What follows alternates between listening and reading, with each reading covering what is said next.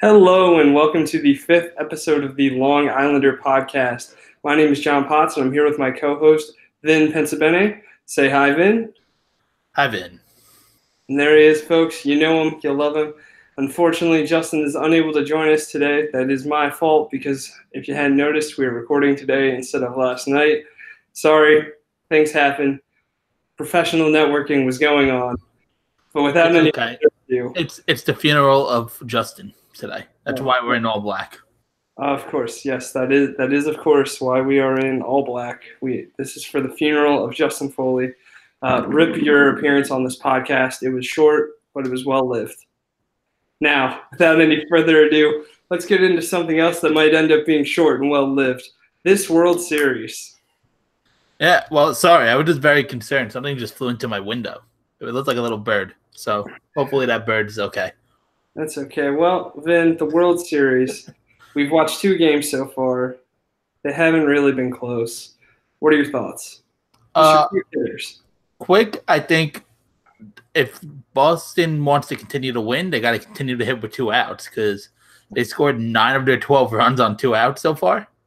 I don't think I've ever seen a team hit as well with 2 outs as these Red Sox have this entire postseason. No, I mean, the Red Sox, I hate to admit it, but they're playing as the best offense in baseball, and their pitching staff just has to continue to hold on. Their bullpen has looked pretty good so far, too. I've been really impressed with, honestly, the entire team. The starters are looking locked in. The bullpen, we were very suspicious, so to speak, of that bullpen coming into this postseason, but they've shown that they really can lock it down when they need to, aside from Kimbrel.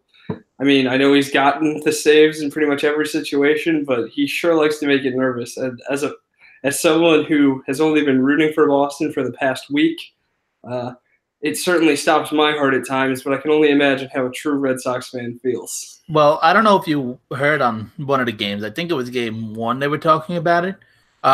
Eric Gagne apparently called up Craig Kimbrel and said you were tipping your pitches, and I forgot exactly what they said it was. Oh, yeah. So after they said that he tipped his pitches, and that last game in Houston, he's looked really sharp. Like the same guy that he's been all in Boston and in Atlanta. Yeah, well, let's not forget that short little stint in San Diego, Vid. I know it wasn't that memorable, but he was there. Well, yeah, I know. I forgot about it, too, until I saw him in that stupid camouflage jersey again. But, this World Series – as someone who really doesn't like the Dodgers, I've personally really enjoyed watching this. But we're not going to go too much into it because obviously we are going to do a World Series video when Justin does come back, hopefully. If he resurrects. Yeah, he'll be back. I promise. All right. But speaking of resurrections, let's talk about Jimmy Butler. Wow, that was actually a pretty good segue. I'm getting proud of you. You're learning. I'm doing my best, and I'm trying to learn from the master. But while this is a resurrection for Jimmy Butler and his career this season, it could end up being the death of the Houston Rockets franchise because they are offering 4 first-round picks for Jimmy Butler. I know you made a video about this on your own channel, but why don't you tell us what you think? Well, for those of you who don't understand what is happening, so the NBA rule is you could trade 7 years in advance. So I think it's 2019 to 2025. They're allowed to trade, and in picks, you're only allowed to alternate first-round picks every other year. You have to keep yours at least one every other year. So right now they're offering 2019, 21, 23, and 25. They said the players are fluid, but they're really buying in on the fact that they're going to be competitive throughout this whole time. And as a Brooklyn fan that had to live through one of those type of trades, when we thought we were going to be competitive with KG and Paul Pierce, you really don't like these trades at the back end. And in 2019, 2020, I believe it is, that's the first year both James Harden and Chris Paul are making at least $40 million each. And you're not going to have much room to be flexible. Yeah, this is a bold strategy. I think it's honestly somewhat of a panic because they weren't able to attract the free agents they were hoping to. They were shooting at LeBron. I don't think they were really expecting to get that. But I think it's panic mode because their big free agent signing was Carmelo Anthony, and that has gone about as well as you and I expected. Yeah, and then one big thing that I listened to First Take today, and Stephen A. Smith came up with a really good point. He said that if you're going to offer 4 first-round picks, why not offer 4 first-round picks and Clint Capella and try to get Anthony Davis instead? Honestly, that is, I've been very critical of FS1, but that's honestly a great question. Well, that was ESPN. It was Stephen A. Smith. Sorry, I get them confused. It's all good. I don't watch a lot of these shows. Sometimes I get a notification on my phone, but aside from that, I don't watch the shows. I just read the articles. But I agree. I think that's a much better trade idea because I like Jimmy Butler. I think he's a great piece. I think he'd be a good fit on that team. But he's not 4 first-round picks good, especially not at his age. Well, yeah, and then also he plays a lot better when he has the ball in his hands. I know in Minnesota he developed as a defensive player and everything, but he's not that great of a shooter. He's doing good so far this year. I think he's around like 42% from 3. Yeah. But he isn't going to – I don't think he's going to contain that. And I think that they're going to have 3 ball-dominant players. It's not going to be very great in the long run, in my opinion. I mean, the only reason I think that it could end up working out is because of the fact that if there is a guy that's going to make it work with ball-dominant players like that, it is, great Mike D'Antoni. Because everyone thought he was crazy when he was getting 2 point guards, and now you see a lot of teams are actually running with 2 point guards in their system, which I didn't expect. I mean, you see even the Knicks running with 3 point guards right now in the starting lineup, I believe. I know neither you or I are Knicks fans. Justin is, and he's been very critical of putting Frank Ntilikina in at small forward. And, well, for those who don't know, it's working about as well as you'd expect putting someone that small at small forward. He's getting destroyed. But I think this is an interesting idea. I don't like how much they're giving up for it. I personally, the only way I think it could be worth it for Jimmy Butler is if in the same process you get rid of – who do we get rid of, Vin? Who are we getting rid of? I said if they're going to do it, do Clint Capella for Anthony Davis potentially. No. What I'm saying here, Vin, is the only way trading 4 first-round picks is any way worth it is if you get Carmelo Anthony off your basketball team. Oh, yeah. But no, I certainly agree with that. If they could get Anthony Davis, that is a scary lineup. He's looked like an MVP candidate this year, and he's on a bad team, but like the Pelicans are, 3-0, I believe, but they really haven't looked as – if you take out Anthony Davis, I don't think they've looked that good. You know what I'm saying? Well, I mean, against the Rockets, they actually looked really good. When you remove the Anthony Davis factor from the equation. Oh, yeah. No, I understand what you're saying. I think if you trade him and Clint Capella, it's not. I mean, yeah, that would be a great move, I think, for the Pelicans, too, if they really do expect to lose Davis to free agency. Yeah, I was going to talk a little bit more about that in our next story, but yeah, I think Anthony Davis is gone once his contract's up. Yeah, I agree with you. I think he's going to be gone.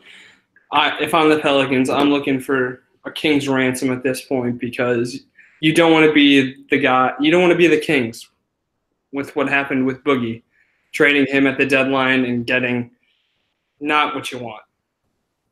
Yeah, exactly. So I think the Pelicans, if they're smart, are going to – they have to either find a way to trade him or re-sign him. You just can't be the one standing there waiting for that glass slipper because it ain't happening, bud. I mean, you really can't just depend on that. And I understand why they haven't jumped on this trade yet in Minnesota because you expect like a Miami to try to rebuttal, and maybe they'll get a better player package. But starting Wednesday, they could go put Brandon Knight in the deal, or they can get Marquise Chris because you have to wait 2 months after you acquire them, and that'll be the 2-month anniversary of that. So maybe they're waiting to get a Chris there. That's the only thing I can really see why they're holding out. Yeah, I don't know. I think the NBA is one of my favorite things to watch from uh, off the court perspective because the trades are always wild. Like you'll see a big trade in baseball, like you saw Manny Machado this year, but it's just so much more fun in basketball to see the kind of trades that they make because one trade can be the difference. Like you saw last year when LeBron traded half his team, and honestly, I think that's I don't know if that was for better or worse in the long run, but that's what makes the NBA so exciting with the trade deadline. And I personally love to see it. I'm hoping we're going to see an active year because I think there's a lot of guys that are looking for a new contract, possibly with a new team next season. So I'm hoping there's a lot of movement. I think Anthony Davis getting moved would absolutely be the biggest deal we could see. So before we transition, because I felt like you were about to, I think if the Rockets make this deal, that's just guaranteeing the Warriors are staying together. That they're not going to move in free agency. Because if you have a Chris Paul, James Harden, Jimmy Butler trio, why would Golden State dissemble when they could have their big four still running around? Well, I mean, I think that's going to come down a lot more based on the players themselves, on what they want to do. I don't think Curry's going to go anywhere. I mean, Golden State, that's his team. It's his whole everything. Kevin Durant, he's not going to leave for a while. I think he's really happy in the situation. I think the X factor there is Klay Thompson. I think he's the only one that might end up leaving.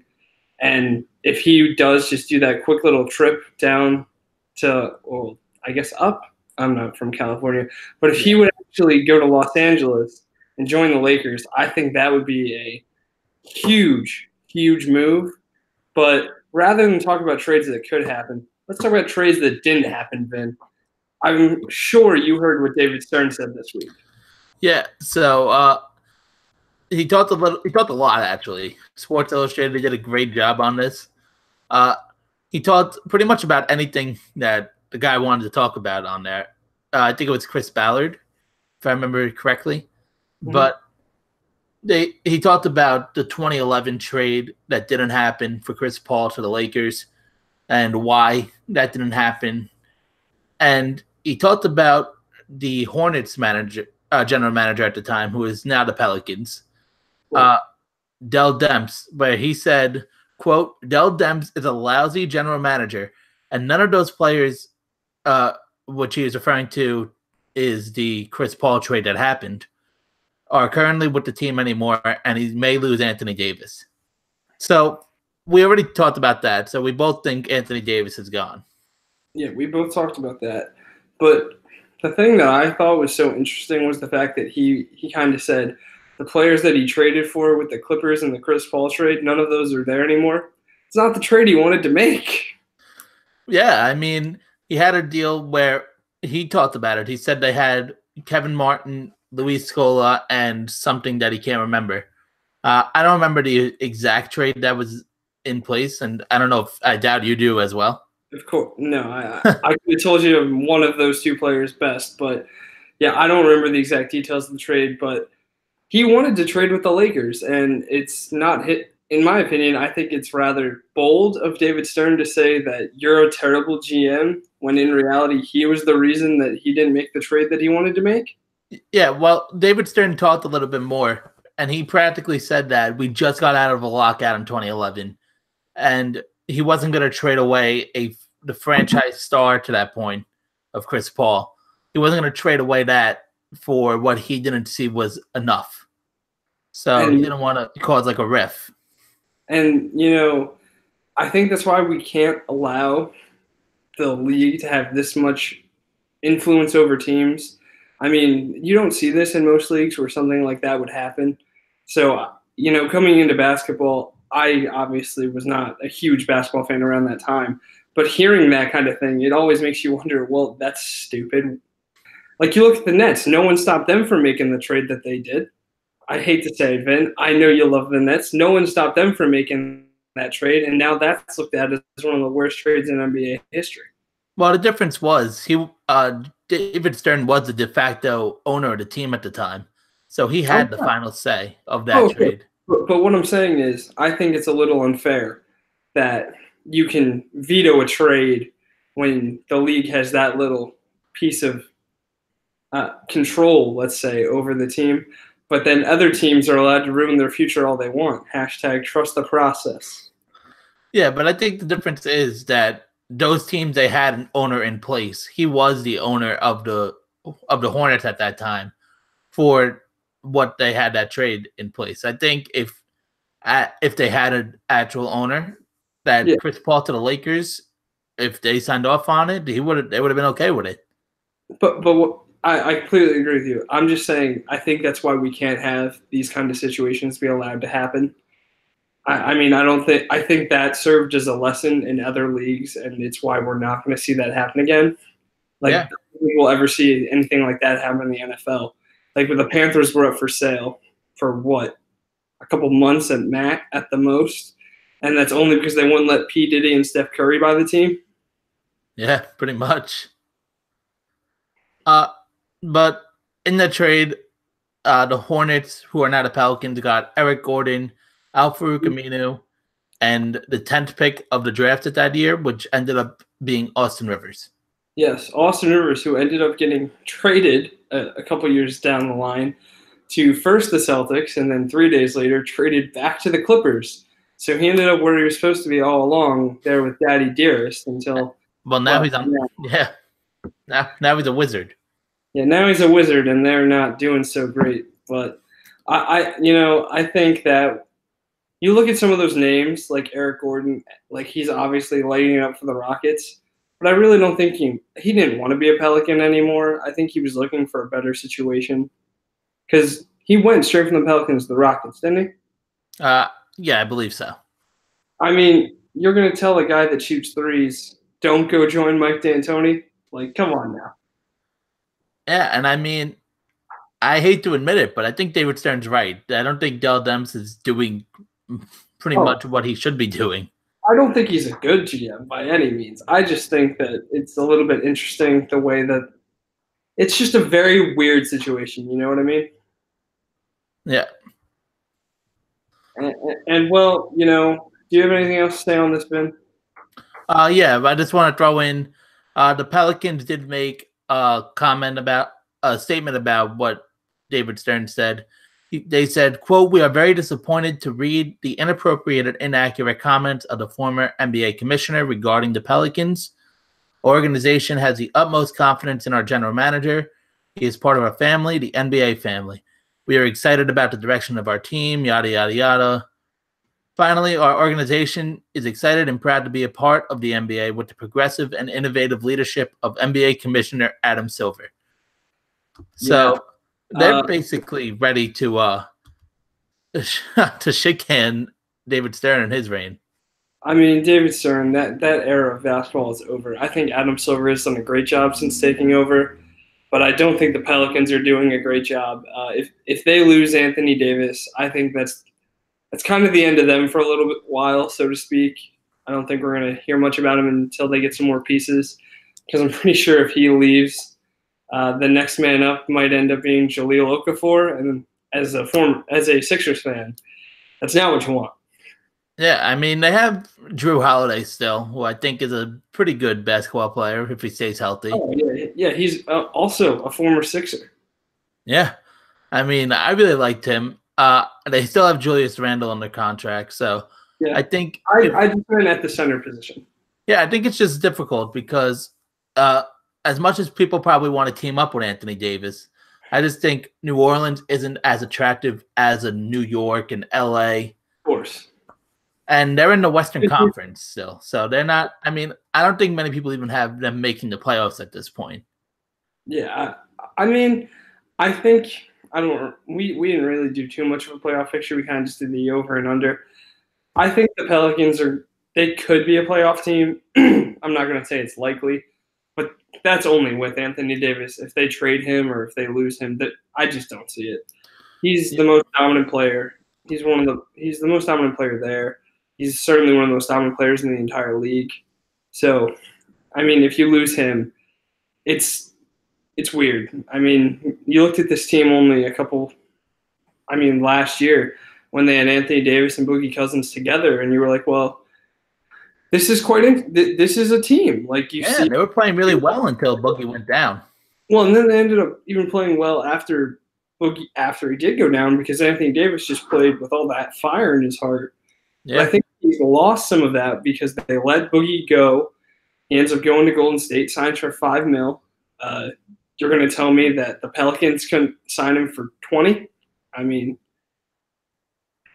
Yeah, there was a lot there. I think at one point the report was Anthony Davis didn't want him there. There was just a lot of I think there's just a lot of things that kind of happened with that team. I don't think they're very well run. I think that's kind of an organizational culture standpoint. I like some of the pieces they have there. I really thought the addition of Randall was going to be big. Mirotic has looked great, but this team, I don't know how to feel about them, especially if they lose Davis in the West. I mean, I just don't see any hope for them. If you lose Anthony Davis, you might as well blow up the team, in my opinion. and then one other thing that he said in his interview that not many people have been talking about. Mm-hmm. He said, quote, I'm at the point now where personally I think that marijuana should be off the banned list. So where are you on that with players with marijuana? I am completely in agreement. You look at a lot of these guys; they're all smoking weed anyway. I mean, let's look just at Steve Kerr. I mean, when he had all the back issues, like one of the first things they asked him was, "Did you smoke weed?" He was like, "Of course I did." I mean, if you at this point still think that marijuana needs to be like criminalized and kept on ban list, it really doesn't do anything to affect like give anyone an advantage over anyone else. It's for pain relief, and with what these guys put themselves through day in and day out, I have no issues with it. Yeah, I mean, it's going to be tough for the NBA to take that off of a banned list unless they really get until the United States basically just deems it legal instead of just having separate states. But practically, I think it isn't doing any harm. And really, he said medical marijuana. So in that case, yeah. I know like Matt Barnes went on some podcasts and he talked about his marijuana use and he said that he's using it now for medical reasons. Mm-hmm. Yeah, I mean, you look at a lot of these guys, so many of them have used it for medical purposes. And, recreational, I guess we can still like ban that. That's whatever. But for medical reasons, if a guy's not even playing on the court, I see no reason why we can't let him. Yeah, I mean, you really just got to. I think really the NBA just has to wait until the United States puts that out because you really can't just say, "All right, it's unbanned for us," and then have a state. I don't know. Is Pennsylvania? We allow medical. You allow medical, so does Florida. So a state. So like until I think you could use that recreationally, they're really not going to have a chance to say, "Okay, we deem it legal," like how sports betting is now. They couldn't do anything until the United States decided, hey, you could do it. Yeah. Well, we've talked about a lot of trades, Vin. We've talked about some good trades. We've talked about some stupid trades. But continuing with stupid trades, Amari Cooper gets traded to the Cowboys for a first-round pick. Now, where do you see that stupid? Because I think the stupidity is in the first-round pick. Don't get me wrong. I love Amari Cooper. I think he's a great player. As an Eagles fan, I'm a little annoyed that he's going to be a division opponent now. But the way I looked at it, I honestly think they were just mad because of Dallas Goedert in a way. Because if you remember the draft, they really wanted Dallas Goedert. Jason Witten had just announced he was retiring. They have a big gap at tight end. And out of nowhere, the Philadelphia Eagles swoop in, one pick ahead of them, and they end up taking Goddard. And I think, in a way, that's what they were trying to do here with Amari Cooper, because you heard the Eagles were offering a second-round pick. And they just kind of were like, you'll give a second, we'll give a first. Well, you see, I view it a little differently than you. So with the Philadelphia offering a second pick, or a second rounder, basically, I think, Dallas was trying to block that because giving Philadelphia another weapon, I think, would definitely be a little bit of a concern in Jerry world. But also, if you look at the draft, this draft is linebacker heavy coming up. there's a lot of offensive linemen, and Dallas really has that. And they don't have a wide receiver, and they need a wide receiver, and there's one in the market. This was a small. I love the move for them. I think the only issue is I completely agree with you. Going first round pick in this draft might not be as big an issue as it has been in some previous years. But just giving away what could be that first round pick, you look at some of the dynamic players that have come in later rounds. Like just this past year, we saw Calvin Ridley to the Falcons. I mean, that he fell so far, and he's absolutely been tearing it up when he was able to stay on the field. He's had some injury issues, but that can happen to anyone. I don't think it's a problem. You see guys like that. You see guys like Lamar Jackson who have been able to do so much for the Ravens.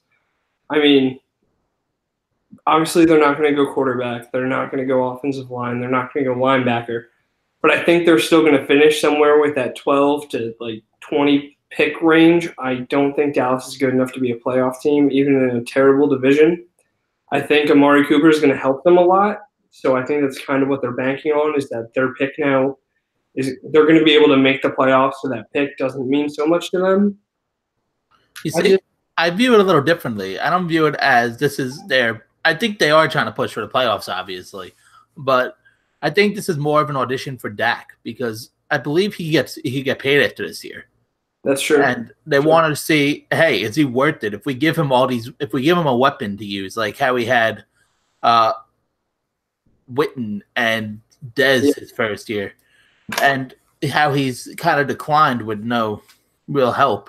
Wait, Vin, are you saying that Ezekiel Elliott is not? I mean, when they could take away the run game, if you see Zeke, they basically just say, hey, he has no one to pass it to, so we can just focus on stopping the run. Now they have to give at least a little bit of credit to the offense passing-wise. I think this is a good move for the Cowboys. I hate to say it. I think it is a great little move for them. I don't know if Amari Cooper is going to be able to return exactly to what he used to be. He has had a lot of injury issues over the past couple of years. But if he can even be half as good as he was his rookie and sophomore year, I mean, they got a stud wide receiver, and the first-round pick might not end up looking like too much. I think what we also need to factor in here is the Raiders just compiling those first-rounders. Yeah, what are they up to, 3 now? Yep, 3 first-round picks in this draft alone, because they have theirs, the Bears, and now the Cowboys. Do you think they're going to use all 3, or do you think they're going to eventually trade one? I think they might end up packaging and trying to make a move to get either trading up or trading back if they don't feel this is the year. Maybe they could try to get Khalil Mack. Yeah, they could try and get Khalil Mack.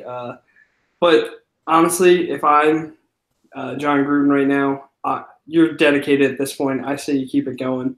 You might as well trade the rest of the team, because Derek Carr right now, he hasn't looked great this year. He had an MVP caliber year a few years ago, and he's looking like a shell of himself almost. But I think you still get a first-round pick from him from some teams. I mean, you look at Denver, you look at Jacksonville. Both of those teams are in dire need of a quarterback. And Carr, I think if he just had a better team around him, I think he'd be doing a lot better. I mean, I don't know what your thoughts on this are, but I think Derek Carr to like a Buffalo would be even good. Honestly, Benjamin. I agree with you. The thing is, will Buffalo keep their team together right now is also a question. But yeah, 100% I agree with you. I think moving Derek Carr is absolutely a great move. I know they have a couple of young defensive backs that they could trade, probably get a couple more picks. I say trade everything you have, get a new farm system going. Not that there's really a farm system in football, but if you're going to dedicate to this, you might as well build for the future and build for once you're in Vegas. Do you know who else is building for the future?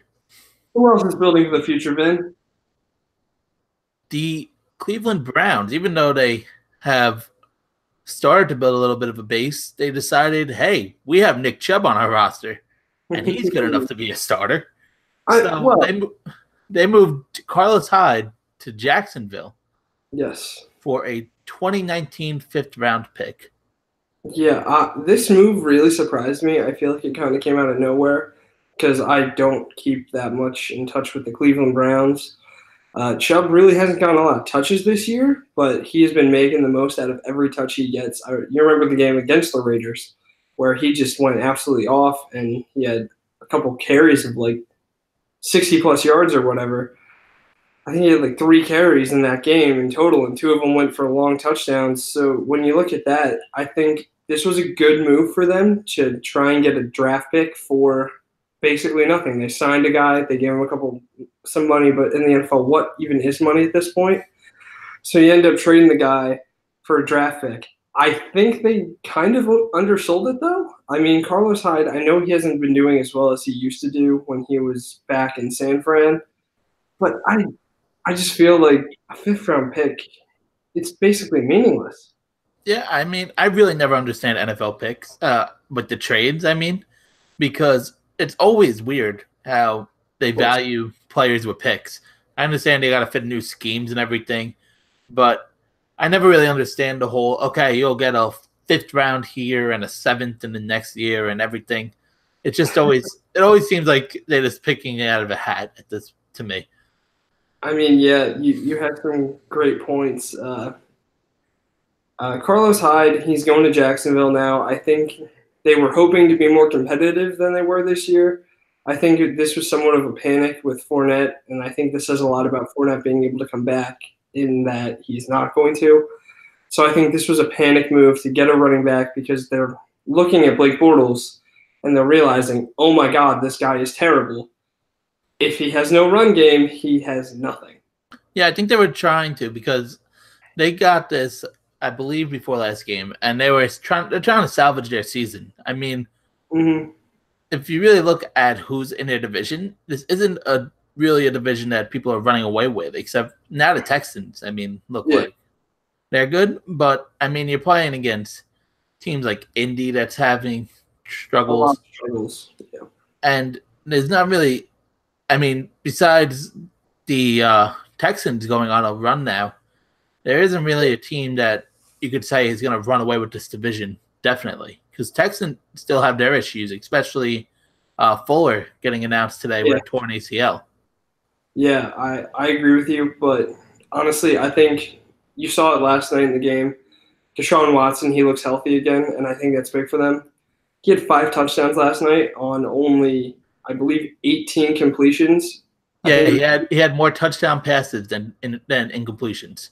Yeah, he was 18 of 20 with 5 touchdowns. And no sacked.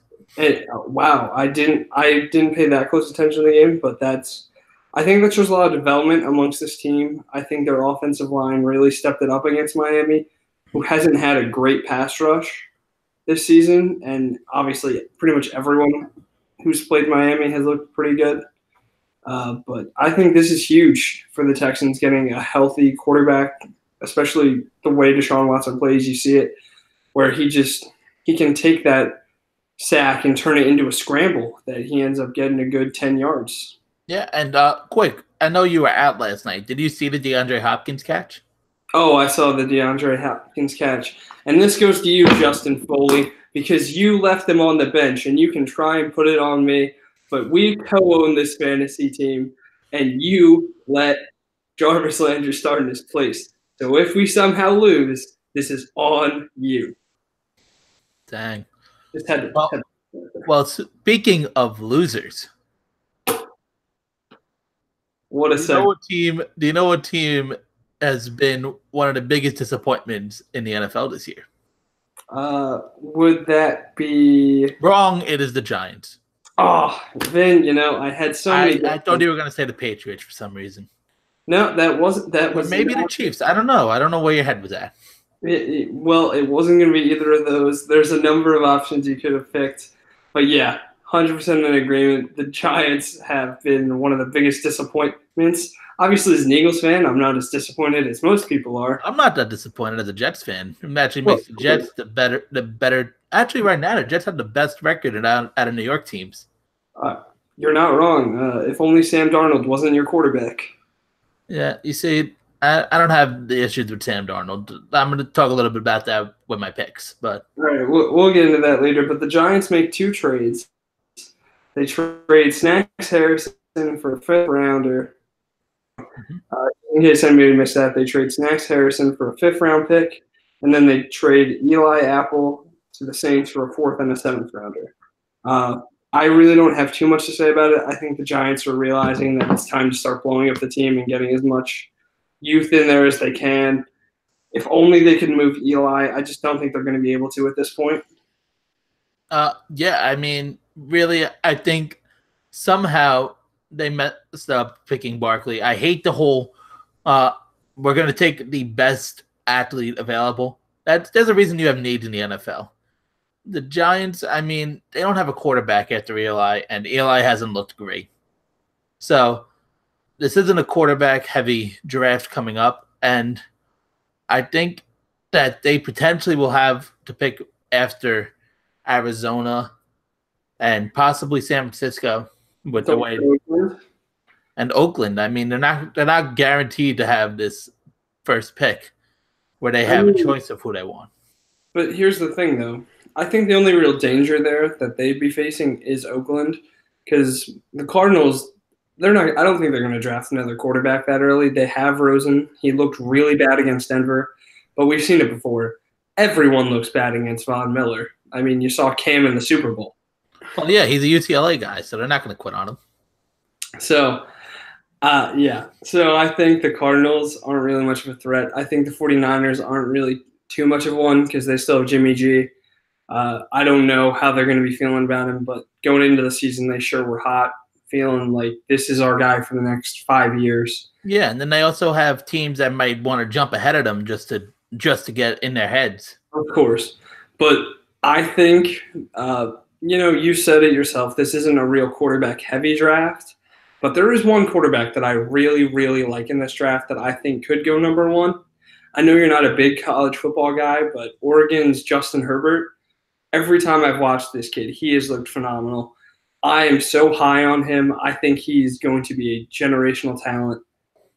I know I'm throwing out so many things here that could end me up looking worse than Mel Kiper Jr., but I think Herbert is so good, and I think as an Eagles fan, if the Giants would get him, I'm scared. Because I disagree with you. I think Saquon was the right pick because I don't think there was a quarterback in this draft that they really felt was the fit for them. I mean, if you look at it, I don't think they wanted to deal with the Baker circus because that's just Baker was already picked at that point. Well, yeah, but you know what I mean. Yeah. Before the draft, when they were going into it, they didn't want to deal with the Baker stuff, even if Darnold went 1. I'm very critical of Sam Darnold. I don't think he's as good as everyone has said. He just makes me nervous. I think he's very turnover prone. We're gonna see how it shakes out. I like his aggressiveness. I think that has really helped. But I don't know how he would do in the Giants offense.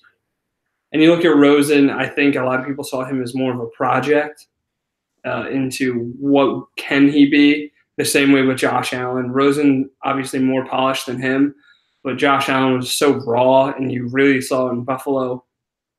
I mean, it's this big – he's basically a little bit bigger version of Carson Wentz, and he just runs and hurdles people.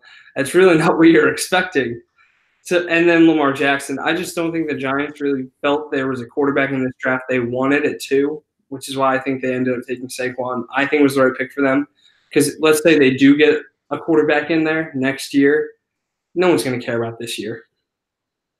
Yeah, I mean, yeah, I kind of understand where you're going with that, but I think really their best bet at this point is to hope that Teddy Bridgewater doesn't sign with New Orleans next year again, and he potentially could be a 1-year option, or because he's still young, he still has he's still 5-6 good years in his career. Yeah, well, I don't know if we'll say good. I mean, he had that one season. It wasn't an exceptional season by any means.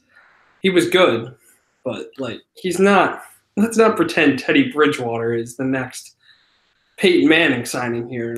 He's going to be he's the Ryan Fitzpatrick signing, in my opinion. When the Jets signed Ryan Fitzpatrick, it's one of those, he can hold it down, but I don't think he's the guy he's going to game manage for you. He's not going to win it. I think there is a guy in this draft that's going to be able to make that difference. Herbert's my big – I love him. I think he's great. I think there's a lot of quarterbacks that, you can just get a quarterback now in the third round, and they could turn out to be a stud. You look at Russell Wilson. You look at Dak Prescott. There's these guys. You look at Kirk Cousins. Like, I've been critical of pretty much every one of these guys. But you look at it, you can find a good quarterback in that third round or even later sometimes. I think Kirk was actually a fourth-round pick. So I don't blame the Giants. I believe they even have a young quarterback in Kyle Lauletta that they're hoping can play some games. I don't know that much about him, but I know a lot of people before the draft were big fans. Okay, Finn, you might not be. But I Kyle Lauletta going into the season. Maybe not on the Giants, but they wanted him on their own team as one of their late-round picks to kind of be a good backup. So I think what the Giants need to do is just kind of see what they have. Eli's not going to get done. Might as well give the young kid a shot. This isn't like last year where we turned to Geno Smith. We'd be turning to rookie Emmanuel, who I always liked. I have a feeling you didn't like him. By the way, you just muted your mic to blow your nose. But I really liked EJ Manuel in Buffalo, but he never got his chance, really. But one thing I really like that we didn't talk about is New Orleans getting a cornerback, because I think Eli Apple is going to flourish in New Orleans. I mean, that's one opinion on it. I've watched Eli Apple as an Eagles fan. I don't think he's that good. I mean, he's probably better than a lot of the Eagles corners have been this past year. But I just watched only 2 weeks ago, Alshon Jeffrey completely demolished him on back-to-back plays. He just gets outmanned by these big possession receivers. So I realize that he's not going to be the slot. I think he's the other side, because they have a good stud corner in Lattimore. I think it's Lattimore, right? Yeah. Lattimore's corner 1, so they're going to put Apple at 2 rather than 1, which I think could help him a lot, not having to be matched up against that really good receiver. But the thing is, you're still the Saints. You're still in a division where teams try and score points. You're not in one of those divisions where it's going to be a defensive lockdown struggle like the AFC North. Well, actually, this week he's going to be matched up. If he's going against number 2, he's going to be having a really good matchup against him. Why is that, Ben? Because he's playing against Minnesota. So you're telling me that he's going to be facing off against the NFL leader, maybe, I don't know if he still is, in receiving yards, in Adam Thielen, and you're not worried about him? No, I mean, I am worried about him on this week, but I think in general he's going to be a good corner that is going to be better without the New York media on him every play.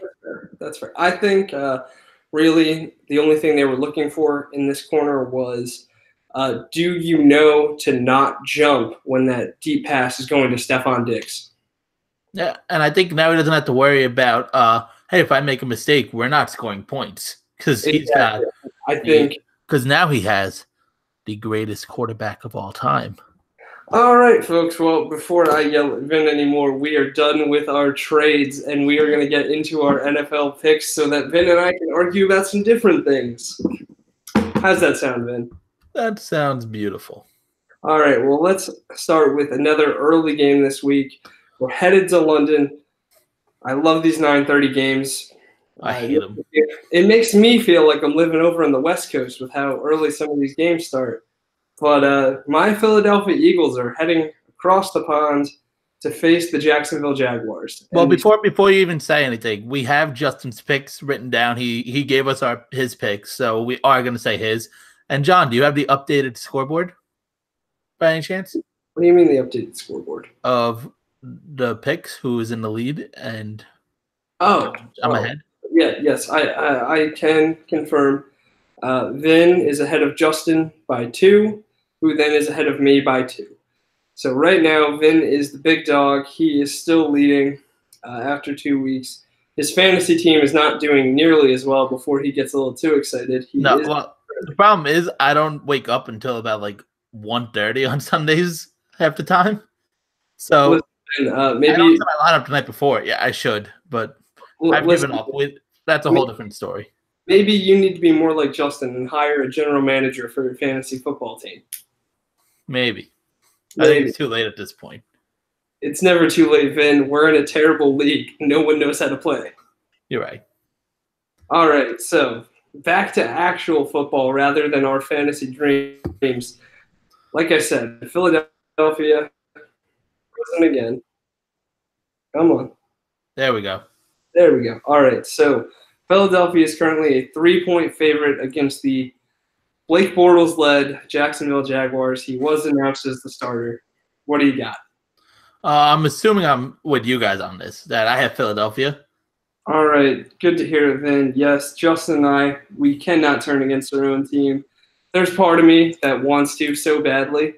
Well, I don't want to, but there's part of me that's really fearful. You see it every time the Jaguars go to London. They play so well.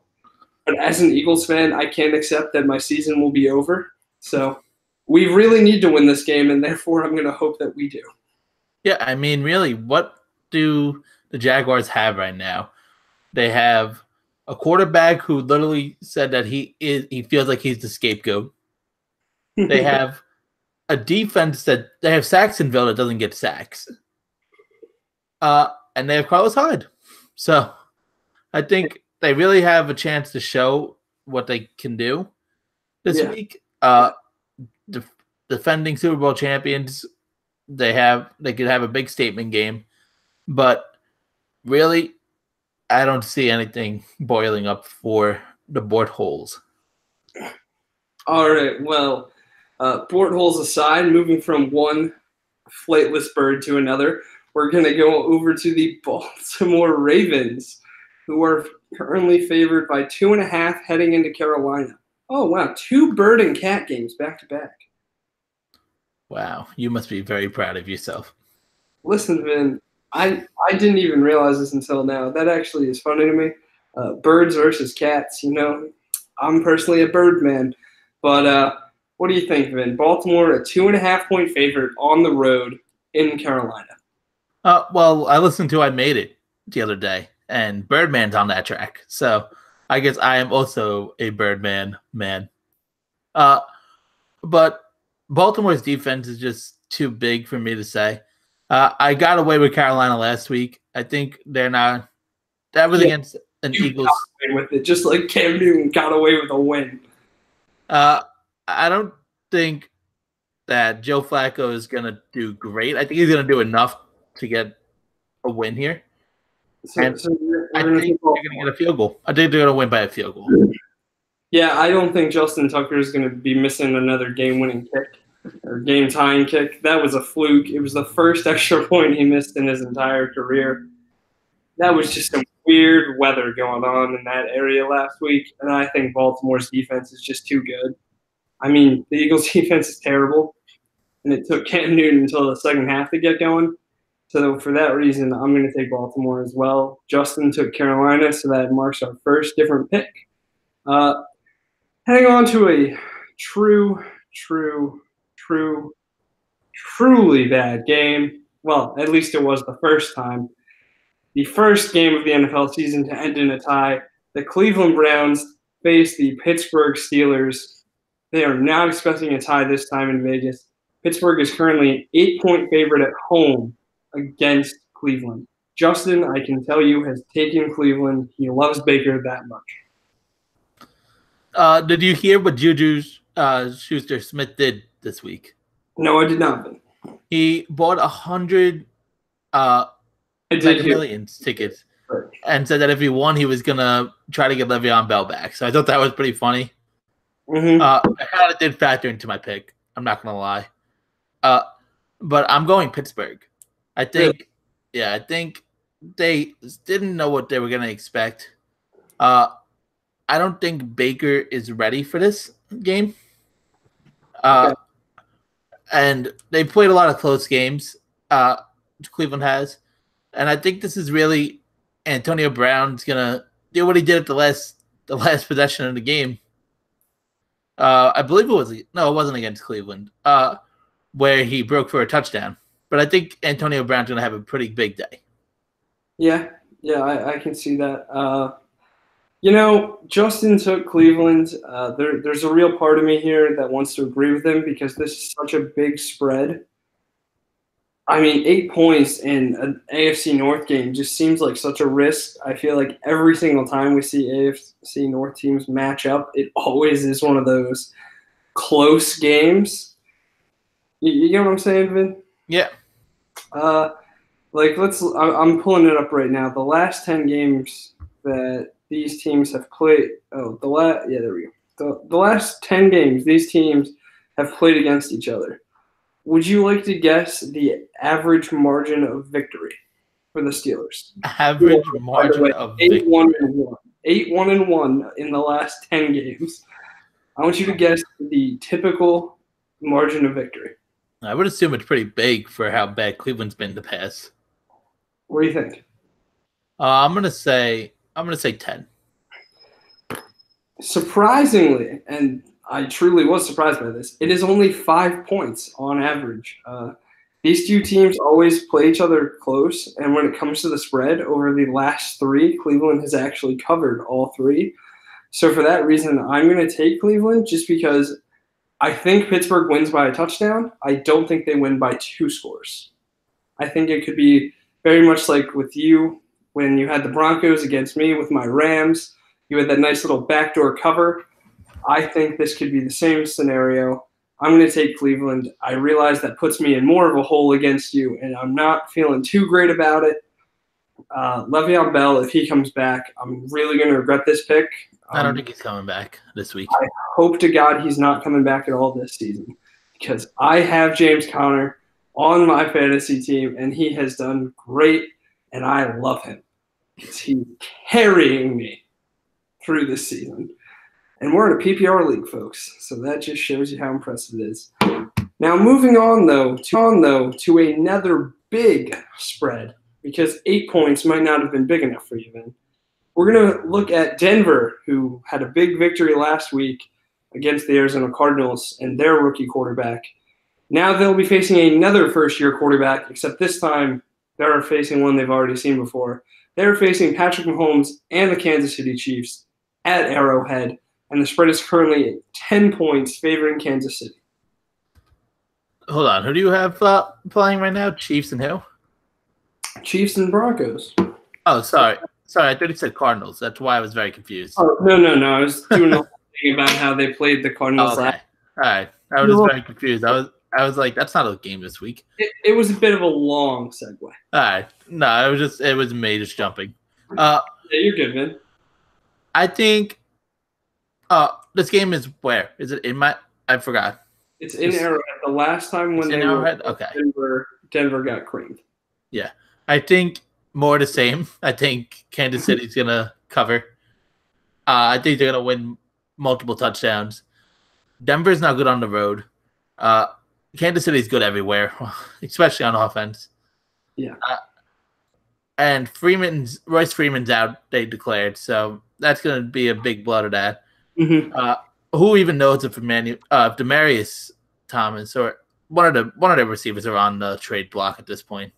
Honestly, they're both on the trade block right now. So who even knows if they're going to make it Sunday? Exactly. So, Kansas City. Yeah, I completely agree with you, Vin. I think every week when I watch Kansas City, they only seem to get better, which seems so hard to do with how good they've looked. But I'm not just talking about their offense. Last week, their defense against the Bengals, and I know it was against primetime Bengals, that defense looked scary. They looked like they were mad about getting beat by Tom Brady the way they did, and they came out firing. They changed up their scheme a little bit with their linebackers going with more of an attack. And I think this could be a team that ends up making a trade for another speedy linebacker. So I'm 100% in agreement with you. I think Kansas City wins by at least 2 touchdowns. So definitely give me Kansas City to win, cover that 10-point spread. But wait, quick yes or no? Do you think the Chiefs right now are the AFC favorite? Like to win the AFC? To win the AFC. Do I actually think they are? Or am I guessing with what Vegas has or what I think they are? What do you think? I think Kansas City right now should be the favorite as long as they keep the number 1 seed. Because I think what it really is going to come down to is... they lost to New England, so they have to have a better record. They still have a 1-game lead over the Patriots. So as long as they're able to keep that lead, I think if they can make that championship game in Arrowhead rather than in New England, I think that's the factor here.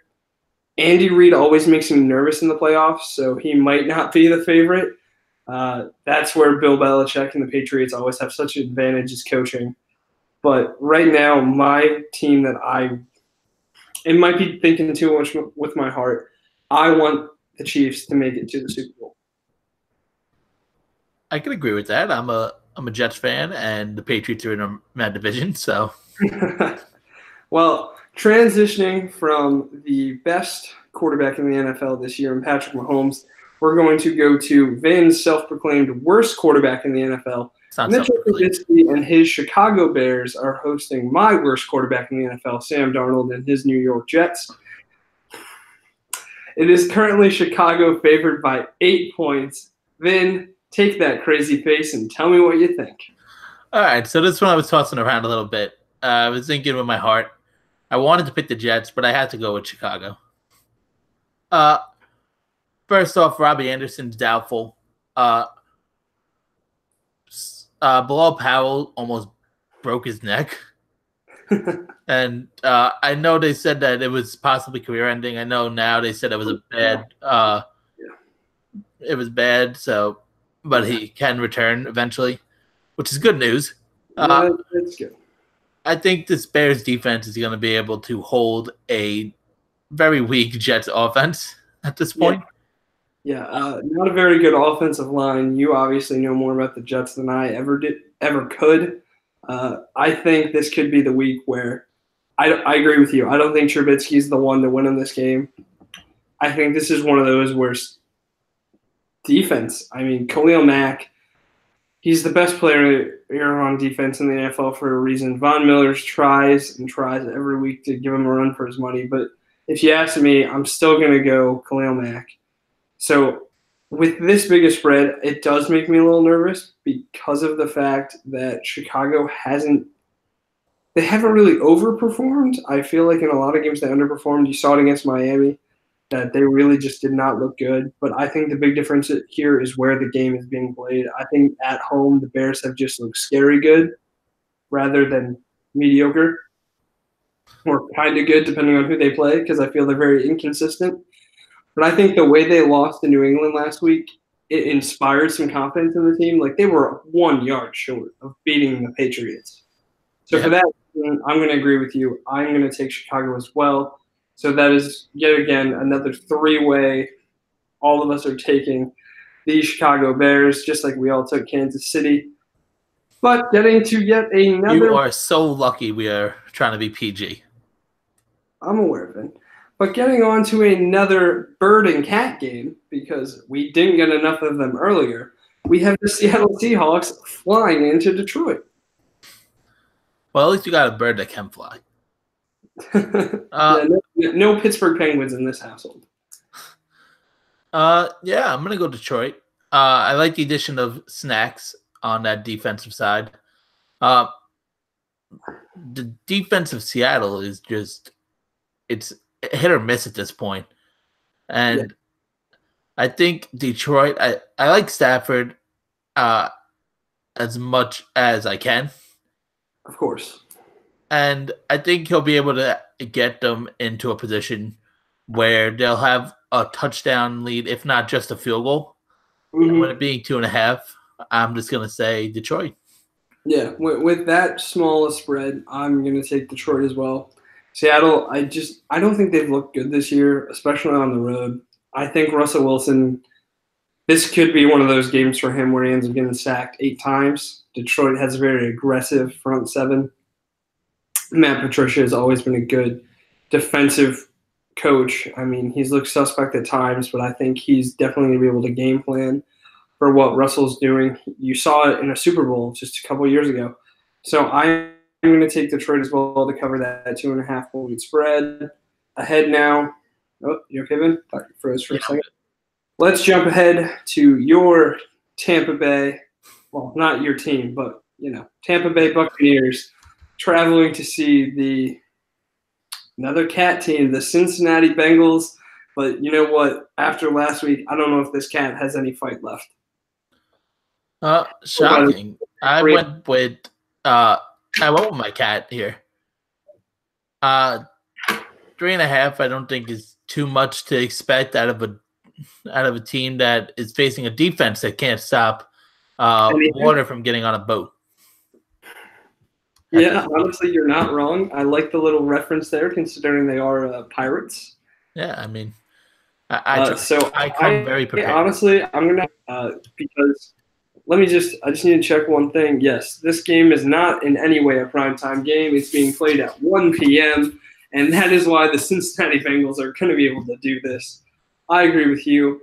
Justin does not. He is taking Tampa Bay, so hopefully that's a chance for us to each get a point on him.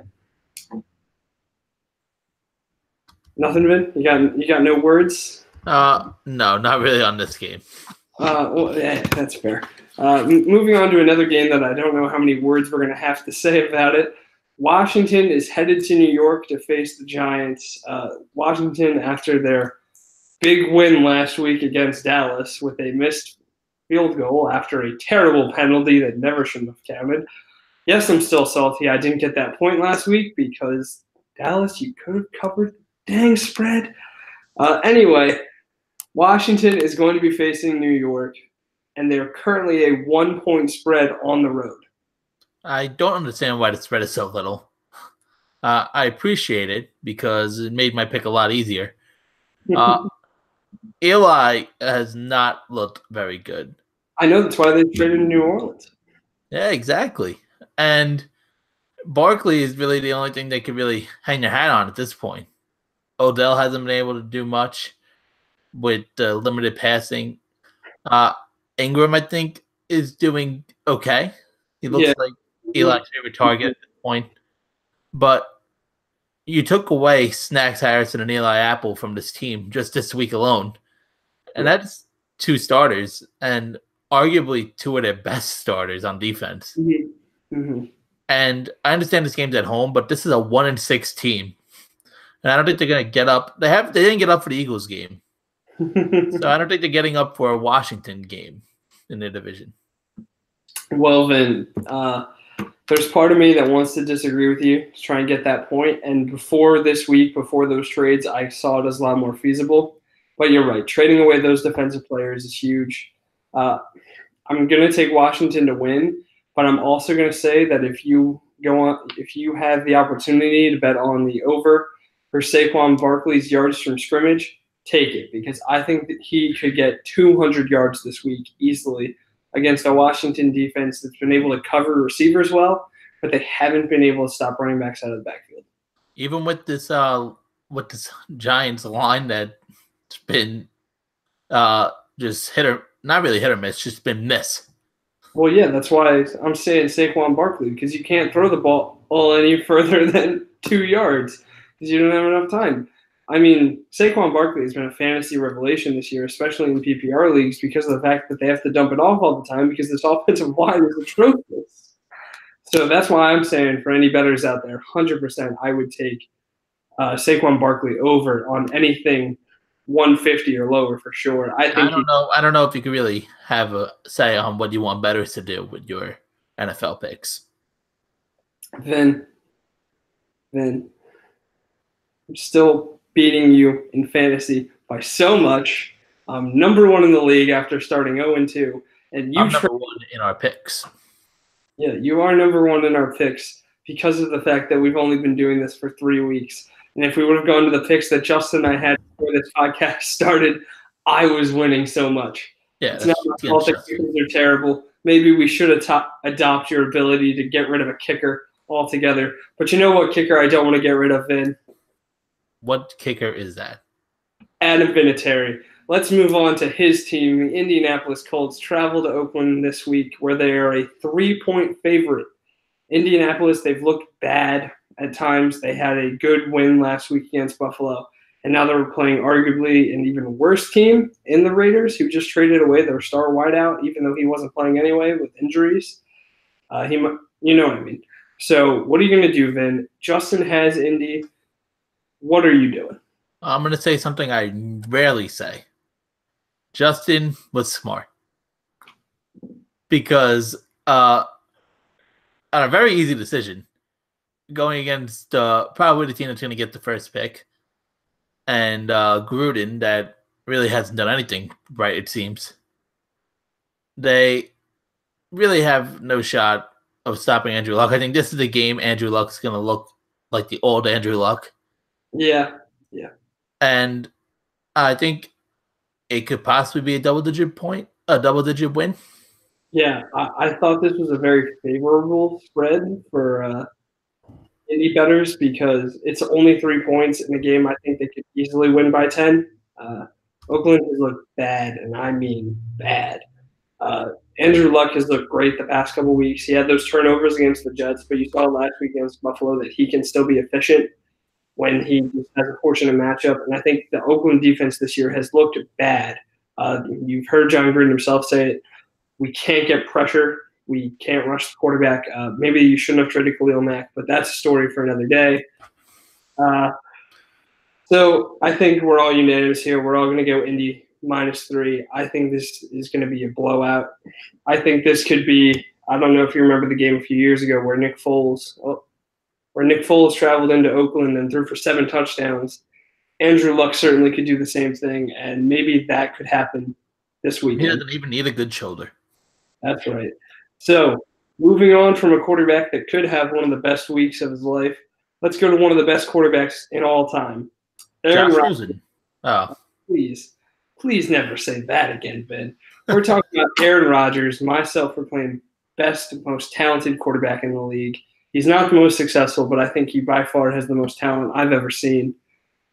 He's going to face the Los Angeles Rams in LA, where Green Bay is expected to lose by 9. The Rams had that massive victory last week that ended up burning me. I thought the spread was too big. I was wrong. They decimated the 49ers. What are they going to do to Green Bay? Well, I don't think this is a very nice spread. I'm not a big fan of it. I think giving 9 points to an Aaron Rodgers team is just asking for it. Yeah. I'm going to go Green Bay, obviously. I think Aaron Rodgers is not going to be a very happy camper with this. I do understand with the offense that the Rams have. Mm-hmm. They're not giving up much. They're like middle of the pack-ish of passing yards against. Mm-hmm. So I think Aaron Rodgers is going to get about 280, 290. He'll throw a couple touchdowns. I think they'll lose. They'll probably lose single digits. Yeah. But I think like a touchdown or less. Yeah. Then honestly, I agree with you. Aaron Rodgers, I think this is a very interesting spread because it's Aaron Rodgers. He's always been able to do things that you wouldn't expect from him. The Rams have looked so good this year. Jared Goff, you've looked amazing. I'm so proud of you. You learned where the sun rose. You learned where it's set. You learned how to run an offense, and you learned how to play like an MVP candidate. But 9 points against Aaron Rodgers, I don't know how to take that. I think the Rams certainly could do it because Green Bay has such a bad defense. And, I mean, when Aaron Rodgers only has really 2 guys to throw the ball to that I've ever heard the name of, in Devontae Adams and Jimmy Graham, I couldn't tell you any of their other receivers because Geronimo Allison, who was the 3rd string, got injured, and Randall Cobb's still out. So with that said, everything says the Rams could win big, except for the Aaron Rodgers factor, because against the Rams, who have had the best offense in the NFL this season, arguably, depending on your Chiefs view, I still am going to take Green Bay because Aaron Rodgers, he's the best quarterback regardless of who the best offense is. Yeah, I mean, remember what he did early against the Bears when they were down 20-something at halftime and he almost came back. Yeah, Aaron Rodgers is the king of the late-game heroic. Yeah, and I mean, Jared Goff is playing like the best quarterback from that draft. Don't you agree? Then I will come down to I will buy a flight to Tampa right now, and I will smack you because you're right and I hate it. Anyway, moving on to another, well, then you wanted to move on to him earlier, a quarterback that hasn't best quarterback in the NFL. Yeah. Well, Vin, you say that about a lot of people. But we're moving on to the San Francisco 49ers facing off against the Arizona Cardinals. I want to make sure, what spread did you get on this game? Well, we could just use whatever one you have now, but I had a Well, 1 point spread. San Francisco favored by 1? Yeah. All right, I have the same spread. Justin has actually taken Arizona in this case. I don't like to say this often. Justin is smart.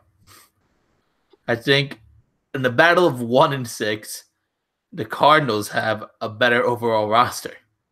I think Rosen could finally learn to pass it to Fitzgerald a little more. And if Patrick Pete's still there, I think that's going to shut down CJ Beathard's really only chance of trying to succeed in this game. And I think 1 point is enough that they're going to keep the win. Then I'm going to agree with you. I think wait, hang on. What'd you say for a second there? You were cutting out a lot. Oh, I said Arizona. I think Josh Rosen's going to actually pass it to Fitzgerald. You just had me confused a little bit there at the end with CJ Beathard. I'm going to agree with you because thankfully I have David Johnson in pretty much every fantasy league. Thanks to you trading him to me for basically nothing. I don't know, Drew Brees. I mean, yeah, but aside, I'm able to still have Andrew Luck, which has looked out pretty well for me. And I gave you Jay Ajayi, who's now out for the season with that little Eagles insider trade information. I'm going to agree with you, though. I'm going to take the Cardinals. The 49ers have looked competent on offense at times. Competent. I'm not saying – I'm saying competent. They looked as competent as the high school team I cover, which I'm covering tonight. And their 2 games ago and then their first 3 drives of homecoming had 12 straight 3-and-outs. Well, Vin, I think the 49ers are better than that. I don't know about Alfred Morris, whether or not he's going to be able to get 1 measly point, but I think David Johnson certainly is going to be able to get quite a few points because this San Francisco defense has not looked good this year, and I think David Johnson, this could I say it every week that I hope this is the week he finally gets his chance. Honestly, the only reason he's done well at all is because of the fact that he gets touchdowns at the goal line and they have no one else. So I'm going to take Arizona as well by 1. We, once again, all agree on this pick with Justin. We go on then to Vin's self-proclaimed best quarterback in the NFL. It's not self-proclaimed. Okay. We go to Vin's personal belief in best quarterback in the NFL. The greatest quarterback of all the times. Oh, God. Well, if you hadn't heard it by now, folks, Drew Brees is going into Minnesota where he is currently a 1-point underdog. I like Joseph Brees. I'm going to go New Orleans. I think that Minnesota, they're going to be riding a high from beating the Jets last week while they were on the road. But I think they're going to overlook this. I think that Drew Brees said this isn't a revenge game from the divisional series or the divisional game. Mm-hmm. I think it's called in the NFL. I think I should know that. Yeah, the divisional game. With the Minneapolis Miracle. I think that they're going to be a pretty good game. I think Kamara and Brees are going to still be a very good connection. And I think that New Orleans is going to pull this out at home. Yeah, I mean, they're not at home, and they're in Minnesota. Well, then they're going to pull it out of Minnesota. Make sure. I just didn't want to have misled you because Justin is taking Minnesota. But I am not, because while I may disagree with you about Drew Brees being the best quarterback of all time, he is certainly the best quarterback in this game because Kirk Cousins. All the games. Vin, I'm giving you credit here. Can we stop this? I'm agreeing with you. New Orleans, I think they're just so good.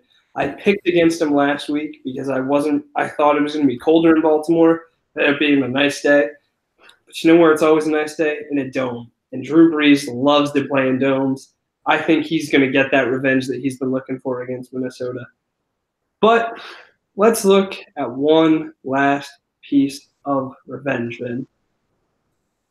The New England Patriots on Monday Night Football are heading into Buffalo. There's been numerous conspiracies dating back to Dildo Gate, which I hate to say, but that was a thing that happened where someone actually threw a sex toy on the field. Ever since that moment, Tom Brady has played lights out against Buffalo. I think he's going to be able to do it again, but with this big a spread, it is a little concerning. New England on the road is favored by 13.5. I want to hear your idea of this first. Well, let's go. Let me just quick make note of Justin's pick. He took New England in this one. I want to say yes. I want to completely jump on board with the same pick because it's Tom Brady. He always looks good. I think really what this comes down to is who's playing quarterback for Buffalo. Do you know who it is, Ben? Yes, I do. Who is it, Ben? One of the best Anderson brothers of all of them. I don't know if there's any actual Anderson brothers. Derek Anderson. There you go. Derek Anderson is still playing quarterback for the Buffalo Bills. They did not sign another quarterback this week, and that's why I am going to take the New England Patriots because you're going with Derek Anderson as your quarterback. That's your move.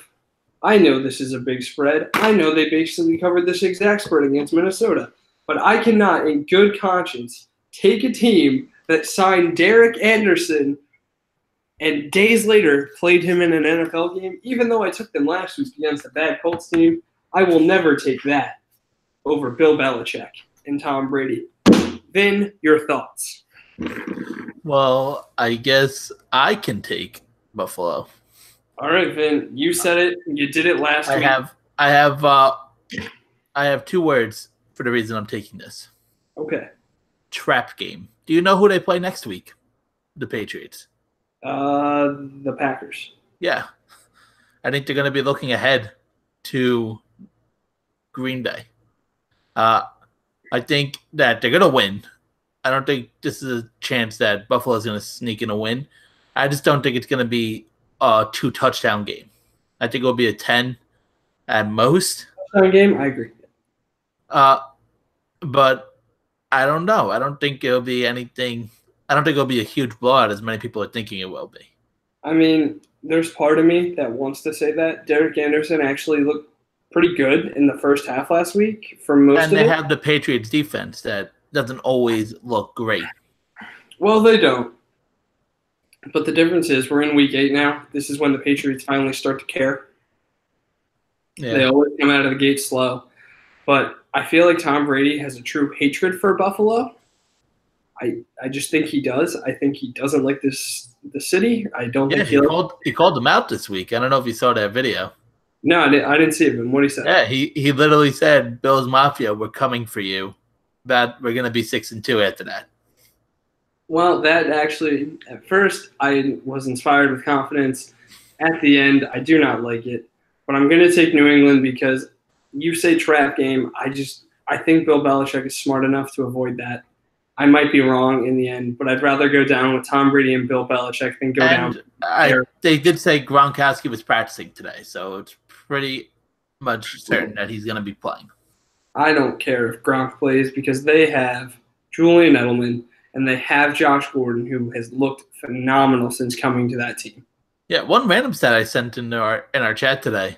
In the last 3 seasons, the Patriots are 10-1 without Gronk. So that is why they tried to trade Rob Gronkowski to the Detroit Lions. Honestly, at this point, I think it might have been a smart idea for them to trade Gronk because, don't get me wrong, he has been such an integral part of that team. He's always played well. But Brady's good enough without him. He can dish it out to these small little quick wide receivers just as well as he can throw that fade route to a tight end. Because you think about what you might have been able to get for Gronk. You want to say anything, Vin? You're just going to give me that smirk? I don't know what they could have got for Gronk. I mean, well, based off what the Raiders got from Amari Cooper, I'm thinking at least 2 first-round picks, or maybe a first and a second. Yeah, probably around there. But I don't know. I think New England's going to be able to handle this. They might come out of the gate slow at the start of the game. But I think in the end, we're all just going to be looking at it. It's going to be what we thought it was going to be. The Patriots winning. Patriots winning big. The Patriots at 6-2. If I'm wrong, I'm wrong. But I'd rather go down picking Bill Belichick than go down picking Derek Anderson and a team that won't even sign Colin Kaepernick. It's very smart of you to do that, as you are the Cleveland Cavaliers of picking NFL games. Hey, now, I didn't let the best player leave. All right, I'm sorry. You could be the Thunder, who are 0-4. Oh, well, now you're just insulting me because I hate the Thunder. Can't I at least be the Brooklyn Nets from a couple of years ago? Oh, well, actually, Brooklyn Nets have a better record than the 76ers and the Knicks. Actually, I'm not too sure on the Knicks, but I'm just going to say they do. All right, I'll be the New York Knicks of picking. Are we good with that? Once good, but now not? I don't know. I think, well, you were never good in this. I think Justin should be the Knicks. I've been good. Vin, I'm good. How many are you down? Just not since I had to start looking at your receding hairline every time. Not since we've been on a camera have you been good at picking. That's what I'm saying. Ever since I had to start looking at that hairline. Maybe the resurrection of Justin will help your team. Honestly, I'm not going to be able to overtake you this week because you and I actually agreed on most of our games. There's only 2 that you and I picked differently. For you, I wrote this differently because instead of writing New Orleans for you, I just wrote Breeze. But the only 2 games you and I have differently is I took Cleveland to cover against Pittsburgh, and I took New England while you just took Buffalo.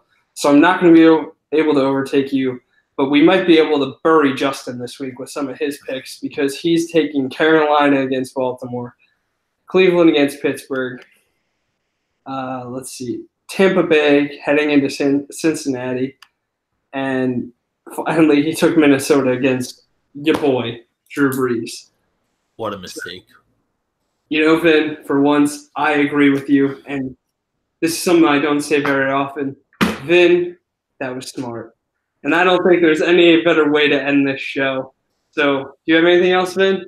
No, but be prepared for next week because we're gonna have it'll be a little after Halloween, but I think I have a surprise coming in. All right. Well, you heard it here first. You heard it here first, folks. Vin has a surprise coming in for us. The resurrection of Justin. Yeah, there's going to be the resurrection of Justin. We also might have a World Series recap based on how quickly these games seem to be going. We will definitely have that for you by next Thursday because that is November 1st. And if the World Series takes that long to go, that will be the day after Game 7. So we are the Long Islander Podcast. You can follow us on all social media at Long Islander Pod. As always, everything will be in the description if you want to follow us personally. I am at jpotsandpans on Twitter. He is at Vin Pensabene. And without any further ado, say goodbye, Vin. Goodbye, Vin.